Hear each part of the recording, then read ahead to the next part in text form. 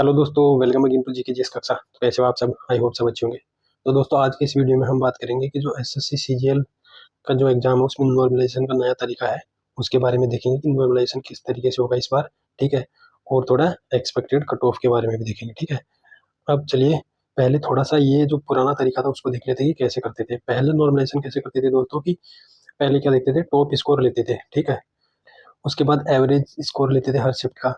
फिर उसके बाद देखते थे कि कितना वेरी कर रहा है शिफ्ट के अंदर। ठीक है, कि स्कोर जो है कितना वेरी कर रहा है। यहाँ जैसे मीन मीडियन मोड निकालते हैं ना, ऐसे मीन देखते थे, उससे फिर देखते थे कितना वेरी कर रहा है, मैक्सिमम कितना जा रहा है, मिनिमम कितना जा रहा है।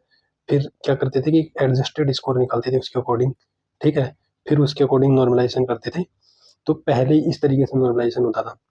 अब दोस्तों नॉर्मलाइजेशन उस तरीके से नहीं होगा। ठीक है, तो चलिए दूसरा जो तरीका इस बार वाला वो क्या है वो देखते हैं। ठीक है, इस बार जो है वो इक्वी परसेंटाइल सिस्टम से नॉर्मलाइजेशन होगा। ठीक है दोस्तों, अब ये क्या है इसको मैं एग्जांपल के थ्रू बताऊंगा। ठीक है, पहले इसमें देख लेते हैं कि इसमें क्या लिखा है इन्होंने नोटिफिकेशन में। ठीक है, अब इसमें क्या लिखा है कि इस सिस्टम में क्या होगा कि ये जो कैंडिडेट है, ठीक है, उसकी रैंकिंग देखी जाएगी इसकी अपनी शिफ्ट में। ठीक है, ऐसा नहीं है कि दूसरे की शिफ्ट से कंपैरिजन करेंगे, अपनी ही शिफ्ट में रैंकिंग देखेंगे। ठीक है, कि कहाँ पे है उसकी रैंकिंग अपनी शिफ्ट में।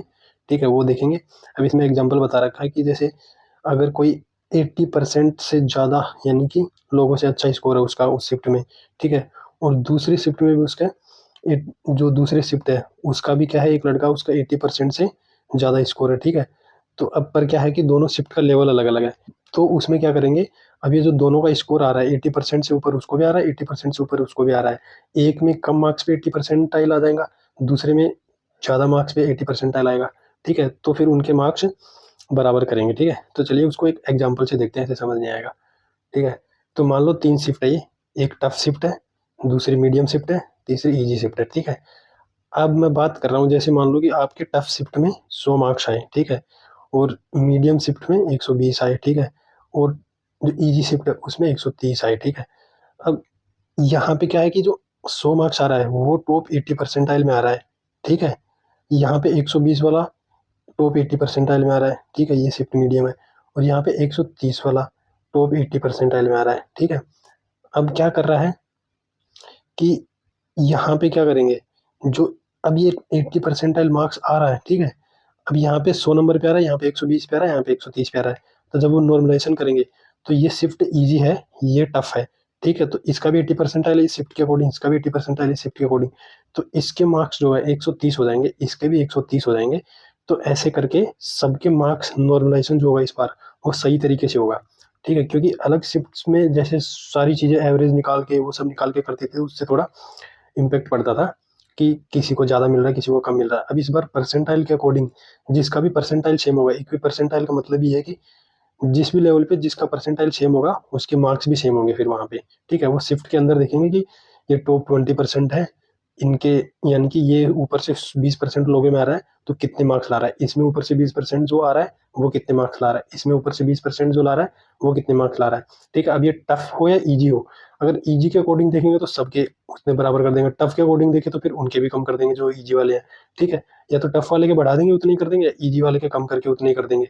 ठीक है, तो ऐसे होगा नॉर्मलाइजेशन। इससे फिर फर्क नहीं पड़ेगा, एक ही शिफ्ट के अंदर होगा, आप एक ही अपनी शिफ्ट में कहाँ स्टैंड करते हो। ठीक है, उससे देखा जाएगा उसके आपके मार्क्स। ठीक है दोस्तों, तो ये था इक्वी परसेंटाइल वाला सिस्टम। अब दोस्तों देखते हैं कट ऑफ का थोड़ा।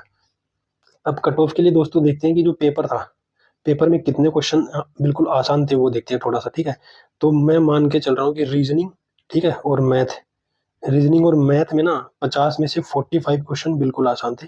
ठीक है, 45 मान लेते हैं अपन। ठीक है, और जो जीके था, जीके में इस बार पहले की तरह 25 में से 14-15 एवरेज क्वेश्चन बन नहीं रहे किसी के, इस बार बन रहा है 5-6 क्वेश्चन। तो मान लो 6 क्वेश्चन मान लो आप। ठीक है, तो और जो इंग्लिश है, इंग्लिश भी इस बार पहले की कंपैरिजन में इतना नहीं है कि 22-22, 23-23 बना लोगे आप, 20 बना लोगे, 21 बना लोगे, क्योंकि पैसेज के 5 क्वेश्चन हो, किसी किसी से तो हो नहीं रहे, कोई कुछ कुछ लोग तो छोड़ ही रहे हैं, तब जाके मैथ में इतना पहुंच रहे हैं। ठीक है, तो थोड़ा सा कॉम्प्रोमाइज कर रहे हैं, या तो पैसेज के साथ कॉम्प्रोमाइज करके मैथ के 4-5 क्वेश्चन बढ़ा ले, या फिर ये छोड़ दे। और फिर उसमें भी जो डायरेक्ट इनडायरेक्ट वाला है वो थोड़ा उठपटांग आ गया तो वो गलत हो जाएगा, या छोड़ दोगे। उसके बाद थोड़ा जो एंटोनिम सिनोनिम है वो थोड़ा बिना देखा हुआ आ गया, कहीं पे समझ ही नहीं आ रहा क्या है, तो वो छोड़ दोगे। तो ऐसे करके इंग्लिश का जो एवरेज निकल रहा है वो कितना हो रहा है, इंग्लिश में 15 क्वेश्चन मान लो आप, ठीक है, 25 में से। तो ये 15 45 कितना हो गया, ये हो गया 60, ठीक है, और 60 और ये 66, ठीक है। तो 66 में से मान लो एक आध और कम कर दो आप, ठीक है। तो 65 अपन मान के चले कि इजी क्वेश्चन थे, तो उससे नीचे तो कट ऑफ नहीं रहेगी फिर, ठीक है। और 65 का मार्क्स कितना होता है दोस्तों, 130, ठीक है।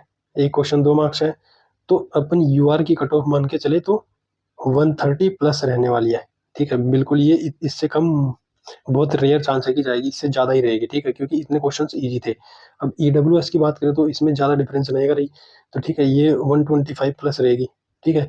ओबीसी की बात करें तो ओबीसी की इससे ज़्यादा डिफरेंस नहीं रहता, 122 123 के आसपास रहेगी, ठीक है, 122 123, ठीक है। और एससी की बात करें तो इसमें थोड़ा डिफरेंस रहता है, 15 से 20 नंबर के बीच में डिफरेंस आ जाता है, ठीक है। तो इसमें क्या कर सकते हैं कि इसकी जो कट ऑफ रहेगी वो 106-7 के आसपास रहेगी, ठीक है दोस्तों। और जो एसटी की कट ऑफ है इसमें थोड़ा थोड़ा और डिफरेंस आ जाता है, तो ये 98-100 के आसपास रहने वाली है कट ऑफ, ठीक है। तो ये दोस्तों कट ऑफ है कैटेगरी वाइज, ठीक है दोस्तों। अब एक बात बता दूं कि आपको जीके में मार्क्स नहीं बन रहे ना, तो इस चैनल को बिल्कुल सब्सक्राइब कर लो। मैं जीके पढ़ाऊंगा इस तरीके से, क्योंकि मेरी जीके पे बहुत अच्छी पकड़ है। मैंने पिछली बार सीजीएल में जीके में 40 मार्क्स लाए, और इस बार जो अभी अभी आईबी का एग्जाम हुआ उसमें 20 में से 17 मार्क्स आए मेरे जीके में। तो मैं जीके पढ़ाऊंगा पूरा कंप्लीट, इसलिए चैनल को सब्सक्राइब कर लो और वीडियो को लाइक करो, नोटिफिकेशन ऑन कर लो, ठीक है, ताकि टाइम पे वीडियो मिल सके। कंप्लीट मैं जीके पूरा कंप्लीट करवा दूंगा इसमें, क्योंकि इस बार जीके का है थोड़ा लेवल भी चेंज हुआ है, यूपीएससी के लाइक क्वेश्चंस पूछ रहे हैं, ठीक है। तो वो मैं अच्छे से करवाऊंगा कि स्टेटमेंट बेस्ड क्वेश्चंस में कहाँ पे लॉजिक फंसता है, कैसे सॉल्व करना होता है, ठीक है दोस्तों। तो बस आज के लिए इतना ही, मिलते हैं नेक्स्ट वीडियो में, तब तक के लिए थैंक यू। व्यस्त रहो, मस्त रहो और पढ़ते रहो।